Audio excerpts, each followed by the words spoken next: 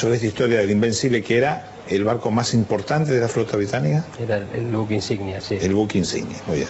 Que hay una controversia que dura todavía hasta hoy. Sí, tal cual. Que dicen, no, los argentinos nunca lo alcanzaron. Pero usted participó de esa misión. Sí, participé. ¿Y entonces? Bueno, esto fue... La historia empieza, para hacerlo muy breve, el día 29 de mayo. Yo me encontraba descansando de una misión del día anterior, por lo tanto ese día no tenía que volar. Y sin embargo, cuando estaba descansando a la mañana, me llaman y me dicen que me llamaba el primer teniente Ureta, que era uno de los jefes de escuadrilla que había en A4C. Me le presento y me dice, cámbiese que nos vamos a Río Grande a cumplir una misión que tiene algo que ver con el portaaviones. Así me dijo. Bueno, me cambié y nos fuimos a Río Grande con una escuadrilla de 4 aviones, con el primer teniente Vázquez, el primer teniente Castillo, el primer teniente Ureta y yo. ¿Cómo se conformó esta escuadrilla? En forma anormal, no era el sistema que utilizábamos nosotros, ni la Fuerza Aérea usó el sistema de voluntarios, pero para este caso se reunió a los jefes de escuadrilla, los más antiguos, se pidieron 2 voluntarios y se presentó el primer teniente Vázquez y el primer teniente Ureta. Y les dieron a ellos la posibilidad de elegir a sus numerales.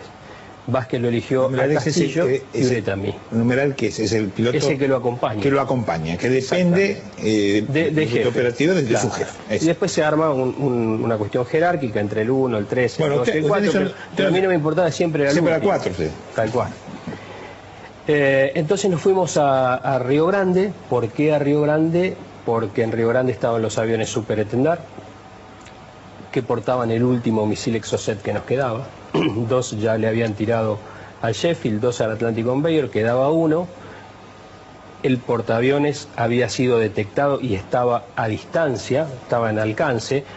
Hasta acá siempre estaba lejos o estaba fuera de nuestro alcance y no podíamos llegar, pero llegó el momento en el cual estuvo en distancia y se armó esta operación. Así que fuimos nosotros, nos juntamos con la gente de Super Etendard y el día 29 se frustra la operación por un problema que tenía uno de los reabastecedores de los aviones KC-130, por lo tanto se pasa para el día 30.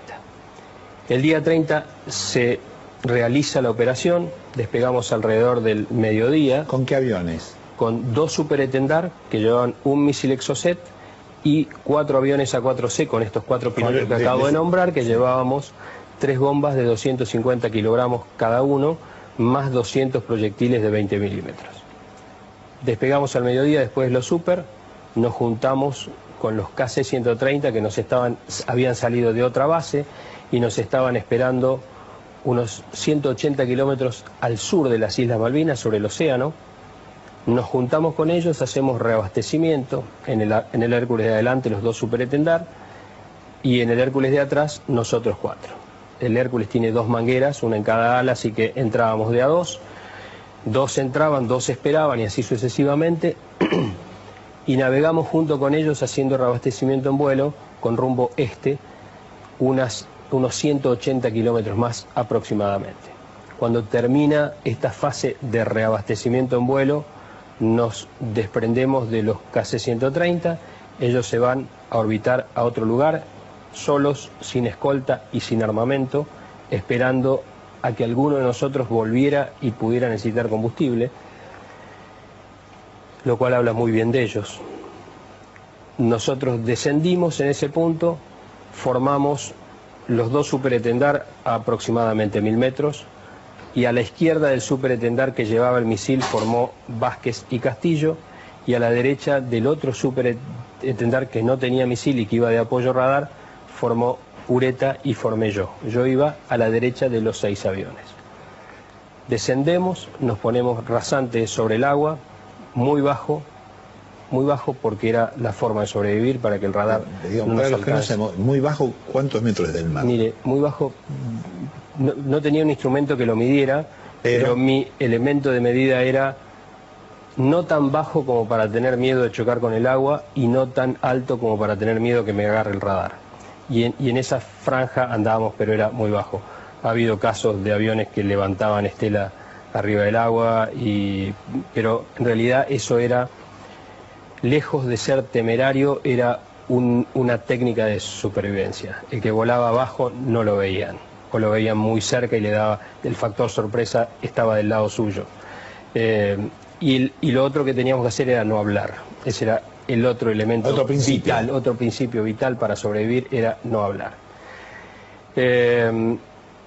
Cuando estábamos a unas 40 millas, que eso es más o menos 80 kilómetros, los superetendar levantan, hacen un barrido radar y vuelven a bajar. Cuando están a 60 kilómetros vuelven a hacer la misma maniobra un poquito más bajo. Y cuando están a 40 kilómetros, 20 millas, que era exactamente la distancia de tiro que estaba prevista que tenían que lanzar, yo miro allá a la izquierda al superetendar que tenía el misil y digo, este es el momento. Y la verdad que yo nunca había visto ni el misil Exocet, ni los superetendar, ni cómo se tiraba ese misil. Para mí los misiles salían como lo que yo tiraba en mi avión, que salían del plano prendidos por una lanzadora y se iban para adelante, y este se descolgó. Y lo primero que pensé era que no andaba, no había funcionado. Y la verdad es que interiormente, o sea, si no funcionaba el misil, no se cumplía la misión y nos volvíamos. Y de alguna forma, el miedo siempre anda rondando permanentemente. O sea, la verdad es que en muchos momentos sentía miedo y tenía otra batalla interna para guardarlo en el bolsillo y que no se notara, pero si por una causa externa una misión no se cumplía, era un riesgo menos. Entonces cuando el misil se desprendió, lo primero que pensé es, nos volvemos. Sin embargo, esto duró fracción de segundo, ¿no? 2 o 3 metros debajo del avión se prendió el motor cohete y el misil salió para adelante. Bueno, se acabó el pensamiento de la vuelta, los superetendar terminan su misión acá, su tarea, y vuelven a Río Grande, y nosotros seguimos detrás de la estela del misil.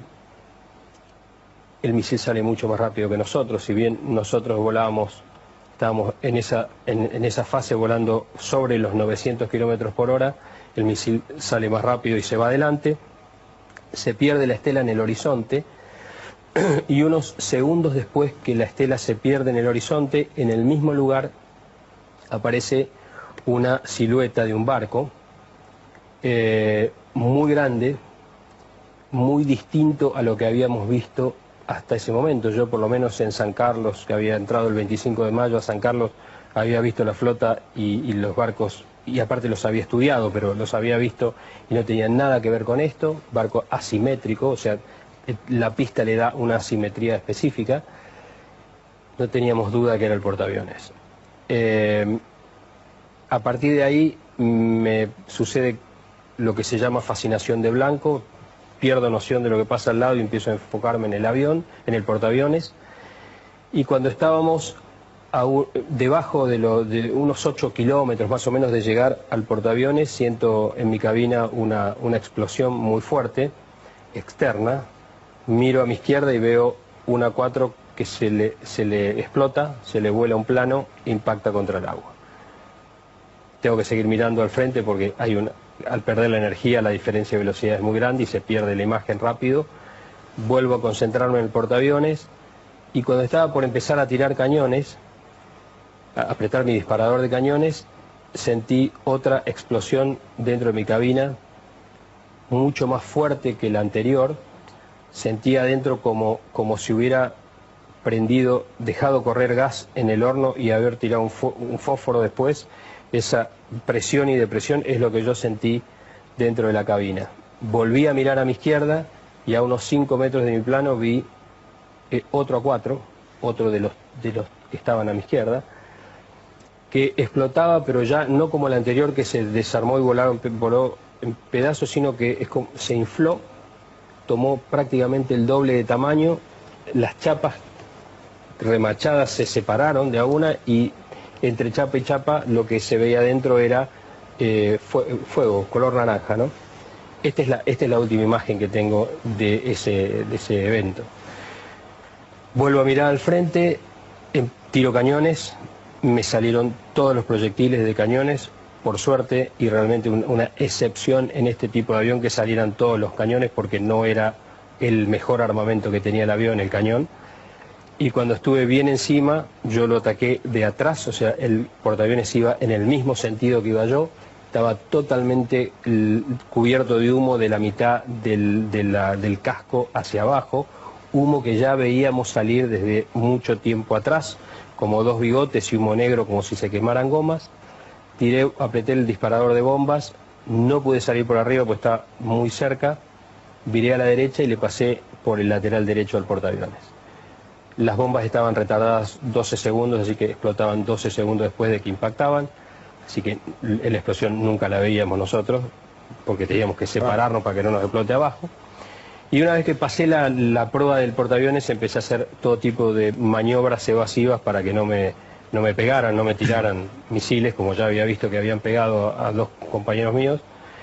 Puse rumbo de escape y llamé. Rompí silencio radioeléctrico, pregunté si alguien había salido, avisé que yo salía, que había salido, y no me contestó nadie más. Así que pensé que volvía solo. A los pocos segundos pocos minutos, mejor dicho, veo un punto adelante que primero pensé que era un avión que me venía a atacar, inmediatamente después el punto seguía en el mismo lugar. Me le acerco, no podía hablar con él, si bien llamaba no nos podíamos comunicar. Bien cerca el piloto levanta el brazo y me hace seña para que me reúna, y cuando levantó el brazo le vi el buzo color naranja, y en nuestro escuadrón teníamos distintos tipos de buzo porque habíamos recolectado para poder volar sobre el océano distintos tipos de buzos especiales para volar sobre el agua, que se llaman antiexposición, y teníamos solamente en nuestro escuadrón dos buzos color naranja. Uno era el mío y el otro era el del primer teniente Ureta. Y cuando levantó el brazo, o sea, más que ver que era Ureta el que estaba al lado volando, lo que supe en ese instante fue que los derribados habían sido Vázquez y Castillo. Volamos juntos un trecho más, restablecimos nuestra comunicación radioeléctrica, hicimos el cálculo de combustible y el primer teniente decidió volver a los reabastecedores para hacer nuevamente un reabastecimiento y combustible. Nos reunimos con ellos, que nos estaban esperando en el punto exacto donde debían estar. Les pasamos el informe preliminar de misión de lo que había sucedido. Sobre todo era importante avisarles que había sido derribados dos pilotos y que no había habido probabilidad de eyección, para que no se generara una búsqueda y salvamento por algo que ya sabíamos que no tenía ningún sentido hacerlo, y lo cual era muy engorroso, había que entrar a través de la Cruz Roja, o sea, estaba al lado de la flota inglesa, o sea que era un trámite que realmente no tenía sentido generarlo porque habíamos visto los derribos y que no había posibilidad de supervivencia. Así que terminamos de reabastecer y de pasar esta información preliminar. Hicimos contacto con el radar grande, que nos hizo descender sobre capa, el tiempo estaba bastante feo a la vuelta.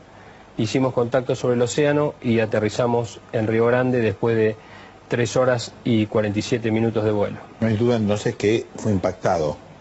No hay ninguna... No hay duda. No. El misil Exocet le pegó, el humo que vimos en la trayectoria final lo confirma, y tanto Ureta como yo le tiré los 200 proyectiles desde atrás, y tanto Ureta como yo descargamos las bombas antes de llegar.